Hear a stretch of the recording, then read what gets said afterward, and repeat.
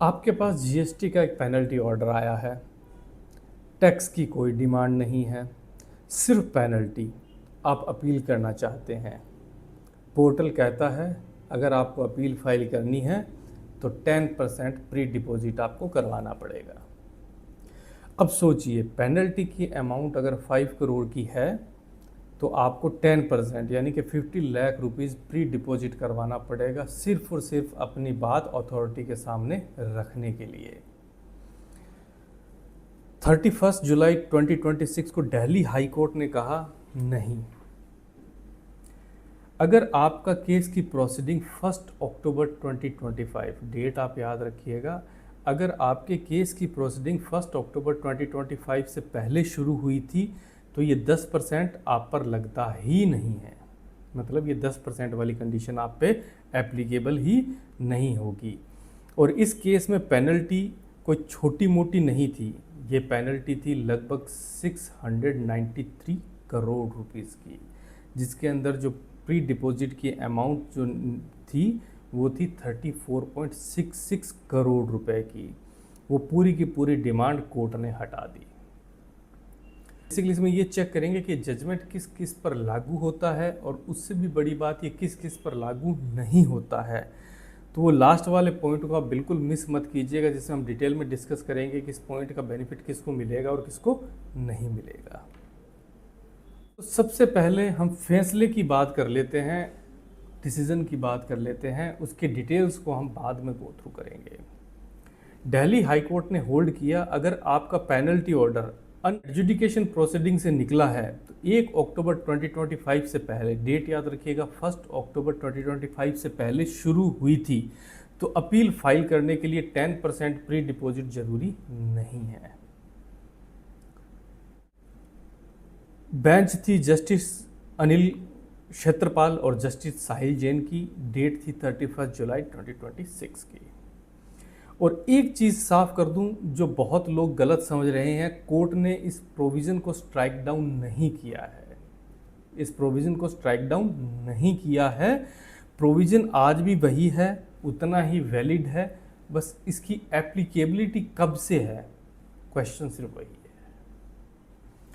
Court ने सिर्फ इतना कहा कि ये पर्सपेक्टिव है, आप समझिए, ये पर्सपेक्टिव है, रेट्रोस्पेक्टिव नहीं है। किसी भी चीज़ को रेट्रोस्पेक्टिव करने के लिए उसके अंदर ये चीज़ लिखी होनी ज़रूरी है कि ये रेट्रोस्पेक्टिवली इफेक्टिव है। तो कोर्ट ने सिर्फ इतना कहा है कि ये पर्सपेक्टिव है, आगे के लिए है, पीछे के लिए नहीं है। नए केस पर लगेगा, पुराने केस पर बिल्कुल भी नहीं लगेगा। अब थोड़ा लो समझ लेते हैं, क्योंकि अगर आप लो समझेंगे तभी आप आगे की पूरी कहानी को समझ पाएंगे कि आखिर मुद्दा क्या था, डिटेलिंग क्या थी कोर्ट केस की। तो चलिए सबसे पहले हम बात करते हैं सेक्शन 107 सबसेक्शन 6 की। जीएसटी अपील की एंट्री फी है। ये कहता है अपील तभी फाइल होगी जब आप दो चीज़ें भर देते हैं। नंबर 1, जो अमाउंट आपने खुद से मान लिया है, एडमिट कर लिया है, तो इसमें आपने वो जो टैक्स की अमाउंट है, इंटरेस्ट की अमाउंट है, पेनल्टी की अमाउंट है, वो आपको पूरी की पूरी भर देनी है। और सेकंड क्लोज जो बोलता है वो बोलता है कि जो टैक्स डिस्प्यूटेड है, जो टैक्स डिस्प्यूटेड है उसका 10% मैक्सिमम 20 करोड़ रुपीस की लिमिट के साथ ये सेक्शन दूसरा क्लोज बी बोलता है। कौन से सेक्शन का? सेक्शन 107 सबसेक्शन सी के अंदर क्लोज ए और क्लोज बी हमने देख ली है। तो क्लोज ए बोलता है कि जो एडमिट कर लिया है उसे आपको पूरा का पूरा भरना है, और जो डिस्प्यूटेड टैक्स की अमाउंट है उसका 10% up to maximum 20 crore rupees आपको फाइल करने से पहले डिपॉजिट करवाना है। अब यहाँ एक गैप था, क्लोज बी कहता है टैक्स इन डिस्प्यूटेड का, यानी कि अगर कोई डिस्प्यूट में आपका टैक्स है उसके 10% का। लेकिन अगर किसी ऑर्डर के अंदर कोई टैक्स अमाउंट ही नहीं है, यानी कि सिर्फ पेनल्टी का ही ऑर्डर है, तो उस केस में 10% का क्या होगा। अब आप क्वेश्चन समझ पा रहे होंगे, आप रिलेट कर पा रहे होंगे कि जिस ऑर्डर के अंदर, यानी कि जो सिर्फ पेनल्टी ओनली ऑर्डर है, उस केस के अंदर तो टैक्स डिस्प्यूटेड तो कुछ है ही नहीं उसके अंदर, तो उस केस में आप 10% करोगे, किसकी कैलकुलेशन करोगे जब बेस फिगर ही 0 है। जवाब था कुछ भी नहीं। पेनल्टी ओनली ऑर्डर्स पर प्री डिपॉजिट लगता ही नहीं था और जीएसटी में ऐसे ऑर्डर बहुत हैं। सेक्शन 122 की पेनल्टी, सेक्शन 125 की जनरल पेनल्टी, ई वे बिल का मैटर, यही गैप 1 अक्टूबर 2025 को बंद कर दिए गए थे। तो जो सेक्शन हमने बोले हैं 122 की पेनल्टी हो गई, सेक्शन 125 की जनरल पेनल्टी हो गई, ई वे बिल की पेनल्टी हो गई, ये सारे के सारे गैप कब बंद हो गए? 1 अक्टूबर 2025 को बंद हो गए थे, क्योंकि इसमें नोटिफाई कर दिया था गवर्नमेंट ने। बट रूल चेंज कब से हुआ? 1 अक्टूबर 2025 को। तो फाइनेंस एक्ट 2025 का जो अमेंडमेंट था ये उस दिन से नोटिफाई हुआ था, उससे पहले से नहीं था। तो 30 सितंबर 2025 तक का क्या करना है जी? पेनल्टी ओनली ऑर्डर पर कोई प्री डिपॉजिट नहीं है। एक ही एक्सेप्शन था सेक्शन 129 सबसेक्शन 3 का, यानी गुड्स डिटेंशन और सीजर वाला ऑर्डर, उसके लिए जो पेनल्टी थी वो 10% नहीं थी। कितनी थी वो थी 25%। तो उस केस में वो 25% की पेनल्टी थी। सिर्फ एक ही एक्सेप्शन था सेक्शन 129 सबसेक्शन 3 के अंदर के 25% की पेनल्टी उस केस में प्री डिपॉजिट करवानी पड़ती थी आपको। अब आ गया 1 अक्टूबर 2025 से वो पुराना देखिए जब ये नोटिफाई हुआ, चेंज नोटिफाई हुआ, तो ये पूरे के लिए नोटिफाई हुआ। तो अब इसमें क्या था कि जो सेक्शन 129 वाले थे उनके लिए तो ये एक अच्छी चीज़ हो गई कि जी प्री डिपॉजिट अब 25% से घट के कितना हो गया? 10% हो गया। बट जो सिर्फ पेनल्टी ओनली ऑर्डर थे, यानी कि जो नया प्रोविज़न कहता है कि जिस ऑर्डर में सिर्फ पेनल्टी है उसमें टैक्स की डिमांड नहीं है, उस अपील को भी 10% डिपॉजिट कराना पड़ेगा। यानी कि सेक्शन 129 वालों को 25% से रिड्यूस करके 10% कर दिया, और सिर्फ पेनल्टी ओनली ऑर्डर को भी उन्होंने उठा के क्या बोल दिया कि आपको भी पेनल्टी की अमाउंट का 10% डिपॉजिट कराना पड़ेगा, इफेक्टिव फ्रॉम 1 अक्टूबर 2025। ठीक है, तो ये सारी टाइमलाइन आप याद रखिएगा, तभी आप आगे कोरिलेट कर पाएंगे इन सब चीज़ों को कि क्या है इसके अंदर। अब केस में सबसे बड़ी दिक्कत क्या थी कि कोर्ट तक पहुंचा कैसे?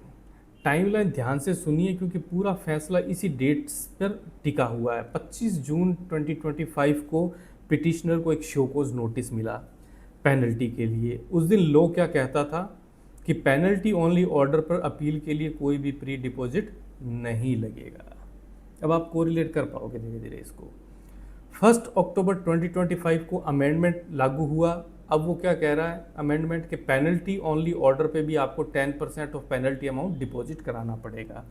तो डेट याद करते हैं एक बार, 25 जून 2025 को शोकोज नोटिस इशू हुआ था।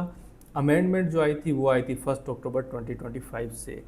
तो असली सवाल ये बन गया कि लॉ किस दिन का देखा जाएगा, जिस दिन नोटिस मिला उस दिन का, या जिस दिन अपील फाइल हुई उस दिन का। ठीक है, अब देखते हैं डिस्प्यूट के अंदर क्या चीज़ थी। तो दोनों तरफ की बात सुन लीजिए, दोनों लॉजिकल लगती है।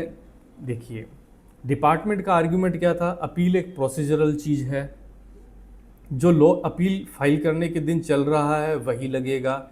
आप अक्टूबर के बाद अपील कर रहे हो तो 10% आपको भरना पड़ेगा।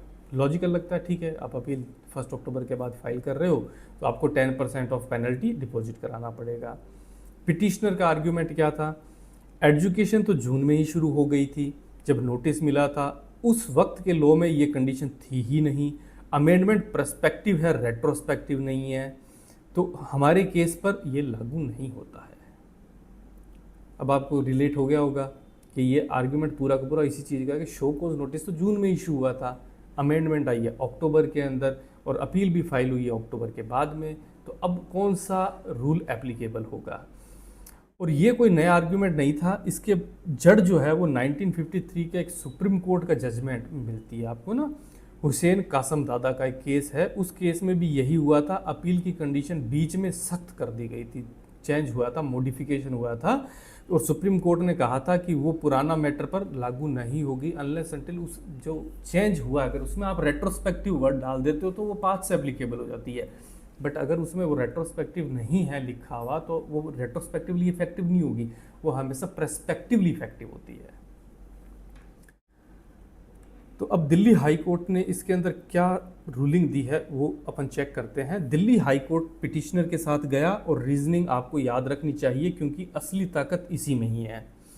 कोर्ट ने कहा अपील का अधिकार जो है वो एक सब्सटेंसिव और वेस्टेड राइट है, एक प्रोसीजरल राइट नहीं है। आप समझिए, कोर्ट ने एक बड़ी बात बोली है, उसने बोला है कि ये सब्सटेंसिव और वेस्टेड राइट है, ये कोई प्रोसीजरल राइट नहीं है, ये कोई प्रोसीजर नहीं है, ये एक राइट है। और ये राइट आपको उसी दिन मिल जाता है जिस दिन आपके खिलाफ प्रोसीडिंग शुरू होती है, यानी कि जिस दिन शो कोज नोटिस जारी होता है उसी दिन की जो कंडीशन होगी वही आप पर भी लागू होगी, क्योंकि उसी दिन आपको राइट भी मिल गया है कि अगर जो शो कोज नोटिस आया है उसका जो ऑर्डर आएगा, अगर आप उससे एग्रीव्ड हो और आगे जाना चाहते हो तो जो शो कोज नोटिस की डेट है उसी दिन जो लॉ एप्लीकेबल है वही आप पे भी एप्लीकेबल होगा। कोर्ट के शब्दों में एक बार ये राइट वेस्ट हो जाए तो उसे छीना नहीं जा सकता, कमज़ोर नहीं किया जा सकता और ना ही उस पर कोई ज़्यादा भारी सख्त शर्त लगाई जा सकती है जब तक कानून खुद साफ साफ ये ना कहे कि ये पीछे से लागू है। वही जो मैं शुरू से आपको बोलता आ रहा हूँ कि जब तक लॉ खुद से ये नहीं बोलता कि रेट्रोस्पेक्टिवली इफेक्टिव है तब तक ये पर्सपेक्टिव ही माना जाएगा कि आगे के फ्यूचर के पीरियड के लिए एप्लीकेबल होगा। और इस अमेंडमेंट में ऐसा कोई शब्द नहीं है, मतलब कोर्ट ने पूरा अमेंडमेंट पढ़ा, उनके हिसाब से इसमें ऐसा कोई शब्द नहीं है जिससे इसका मतलब ये निकल सके कि ये रेट्रोस्पेक्टिवली इफेक्टिव हुआ है। तो नतीजा 1 अक्टूबर 2025 के अमेंडमेंट सिर्फ उन प्रोसीडिंग पर लगते हैं जो उस दिन या उसके बाद शुरू हुई है। पिटिशनर का अपील जून 2025 वाले लॉ से चलेगा, यानी कि कोई भी शो कोज नोटिस जो अक्टूबर 2025 के बाद में 31 सितंबर यानी कि अक्टूबर 2025 से जो शो कोज नोटिस हुए उनके ऊपर ये नए वाला जो है चेंजेस अमेंडमेंट एप्लीकेबल होगा, पुराने वालों पे एप्लीकेबल नहीं होगा। अच्छा, एक और इसमें एक छोटा सा पॉइंट है जो आपके साथ डिस्कस करूंगा मैं। डिपार्टमेंट ने कहा था कि पिटिशनर ने पहले खुद वेवर मांगा था इसलिए अब वो मुकर नहीं सकता है। मतलब एक तरीके से पिटिशनर ने वेवर मांगा था प्री डिपॉजिट के लिए, तो अब वो इस चीज़ से मुकर नहीं सकता है। कोर्ट ने इस टॉपल को आर्ग्यूमेंट नहीं माना, आपने क्या रिक्वेस्ट की थी उससे लॉ बदल नहीं जाता है। तो ये भी एक ध्यान देने वाली चीज़ है कि अगर आपने वेवर मांग ली है और ये कोर्ट में केस चला गया है तो वो स्टॉपल नहीं है, मतलब इससे लॉ चेंज नहीं होगा कि वो रेट्रोस्पेक्टिवली इफेक्टिव हो जाएगा। तो यानी कि प्री डिपॉजिट की कंडीशन आप पे नहीं एप्लीकेबल होगी। अभी आप रुक जाइए, अभी अपन 3 इसमें मेन जो पॉइंट्स थे ये कोई तीनों पॉइंट्स को अपन डिस्कस करते हैं, क्योंकि ये ब्लैंकेट एक ऑर्डर नहीं था कि आपको कुछ भी जमा नहीं करवाना है। कोर्ट की रूलिंग में और भी बहुत सी चीज़ें आई है। क्लोज ये जिंदा है, मतलब जितना इंटरेस्ट टैक्स पेनल्टी आपने मान ली है वो आपको पूरा का पूरा भरना ही पड़ेगा। कोर्ट ने इस पर कोई राहत नहीं दी, राहत सिर्फ किस पे दी है आपको, 10% वाले क्लोज पे, यानी कि ओनली पेनल्टी वाला जो ऑर्डर था उसके ऊपर 10% आपको डिपॉजिट नहीं करवाना है। ये आपको कोर्ट ने बोला है कि ठीक है इस चीज़ को मान लेते हैं, बट जो टैक्स आपने एडमिट कर लिया है या जो पेनल्टी और इंटरेस्ट आपने एडमिट किया वो आपको पूरा का पूरा डिपॉजिट करवाना पड़ेगा बिफोर अपील। अपीलेट अथॉरिटी को अपील रजिस्टर करनी पड़ेगी, यानी कि आप कोर्ट ने डायरेक्ट किया कि 10% ना भरने की डेफिशिएंसी मानकर अपील को रिजेक्ट या डिफेक्टिव नहीं किया जाएगा। ये प्रैक्टिकल रिलीफ है क्योंकि असली दिक्कत वहीं होती है, यानी कि पोर्टल और काउंटर पर। आप समझिए जो कोई भी चीज़ होती है तो उसका अपना एक प्रोसेस बना होता है, तो इसकी वजह से आप अपील को ये नहीं बोल सकते कि ये अपील डिफेक्टिव है, क्योंकि जब आप डिपॉजिट करने जाओगे तो अक्टूबर के बाद की होगी। जो पर्सन बैठा होगा जो अपील एडमिट करेगा वो सबको ये पता है कि 10% लगना है पेनल्टी ओनली ऑर्डर पे भी, बट वो इसकी वजह से आप अपील को डिफेक्टिव मान के रिजेक्ट नहीं करोगे। तीसरा, लिमिटेशन के टाइम। जितने दिन रिट पिटीशन कोर्ट में पेंडिंग रही वो दिन अपील की लिमिटेशन पीरियड से निकाल दिया गया और पिटिशनर को अपील फाइल करने के लिए 4 हफ्ते का टाइम और दिया गया। मतलब कोर्ट में लड़ने की वजह से अपील टाइम बार्ड नहीं हुई, यानी कि कोर्ट में जितने टाइम तक उनका केस चला उतने टाइम लिमिट की मतलब उसको टाइम लिमिट से हटा दिया गया। मतलब एसएससी को टाइम बार्ड करके आप ये नहीं बोल सकते कि जी आपका तो टाइम ही ओवर हो गया अपील फाइल करने का।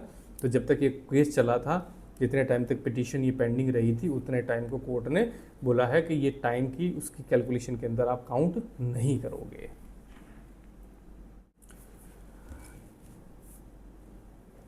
ये टेबल आप स्क्रीनशॉट कर लीजिए, अपने केस से इसको मिला सकते हो आप इसको ना। पेनल्टी ओनली ऑर्डर प्रोसीडिंग 1 अक्टूबर 2025 से पहले शुरू, सेक्शन 125 का नहीं है, प्री डिपॉजिट की ज़रूरत नहीं है, ये जजमेंट आपके लिए है।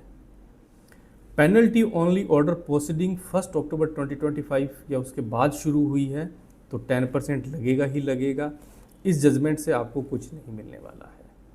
तो अब शुरू में मैंने बोला था ना, डेट्स आप याद रखना, वो जून का था, शोकोज नोटिस इशू हुआ था जून में, तो इसलिए उनको आपको मिल गई थी, रिलीफ मिल गई थी कोर्ट से।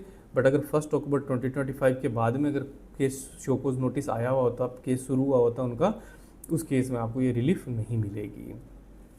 सेक्शन 129 का ऑर्डर है, यहाँ नंबर ध्यान से सुनना। 1 अक्टूबर 2025 से पहले शुरू हुए मैटर में रेट था 25% का, उसके बाद शुरू हुए मैटर्स में रेट है 10% का।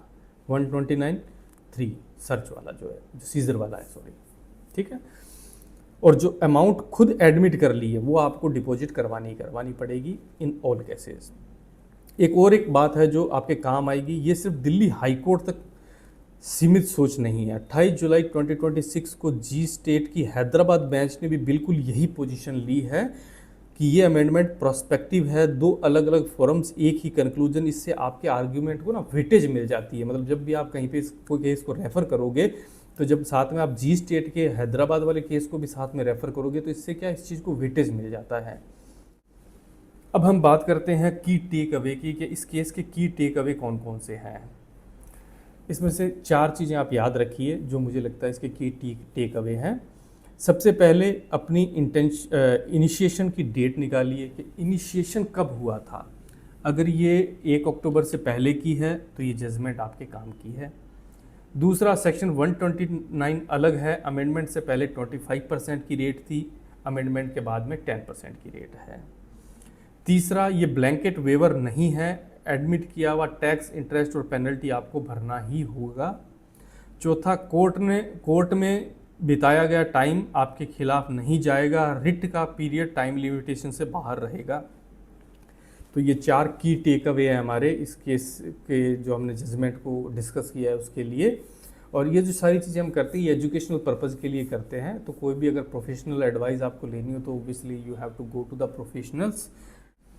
अगर आपको मेरा ये वीडियो इन्फॉर्मेटिव लगा हो, आपको पसंद आया हो, तो आप लाइक कीजिए, इसको शेयर कीजिए। अगर इससे रिलेटेड कोई क्वेरी है तो आप मुझे कमेंट कर सकते हैं। और ऐसे ही अगर आपको जजमेंट्स सुनना अच्छे लगते हैं या जीएसटी से रिलेटेड आपको और फर्दर नॉलेज चाहिए तो आप मेरे चैनल को सब्सक्राइब भी कर सकते हैं। मैं सीए गरीन अग्रवाल, मिलता हूँ आपसे नेक्स्ट वीडियो में। Thank you.